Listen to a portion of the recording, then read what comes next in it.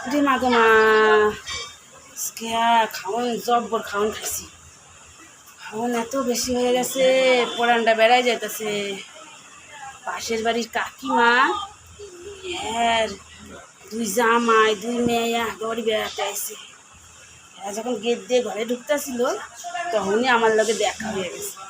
জামাই বাবু কইল, মামুনি আয়ো পরে, কেমন আছো, দুটা কথা কমুনি। এরা কইছে না গেলেও ভালো থাকে না।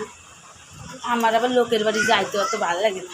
সকাল থেকে 6 বার গেছি, এই একটু আগে গেছিলাম ঘন্টাখানিক থাইতে, এই এখন আইলাম।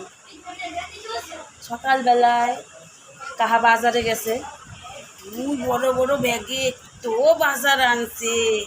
জামাই বাবুদেরও দেখছি টুপলাই টুপলাই করে কি খাবার লইয়া আইছে।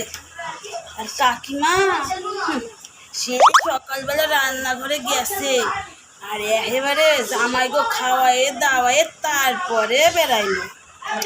যখন আমি গেছি না তখন কি ঘিরান বেড়াইতেছিল রান্নাঘর থেকে।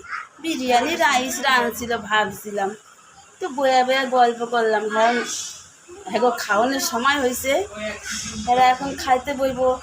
কাকিমা জামাই গা খাওয়ান জোগাড় করছে। আমারও কইল, আমার আবার কারোর বাড়ি খাইতে ইচ্ছা করে না। আমারও কইল আহো দুটা খাও। জামাই বাবু মানুষ, মুখের উপর নাও করা যায় না। এগুলোকে খাইলাম, সে কত রকমের রান্না, কত রকমের রান্না না করিছে। জামাইবাবু সব রকম খাইতেও পারে নাই। আমি আবার ভাবলাম কত রকমের কাকিমা কত কষ্ট করে রাঁধছে, আমি সবটাই খাইছি। এই তো এখন আমার পরান যায় আর যায়, অনেক খাইয়া ফেলছি। যাকে রাতে দুটো শুকনো মুড়ি খাইয়া নেব, রাতে আর বেশি কিছু খাওয়ান লাগবো না, এই খাওয়ান এই হয়ে যাইব।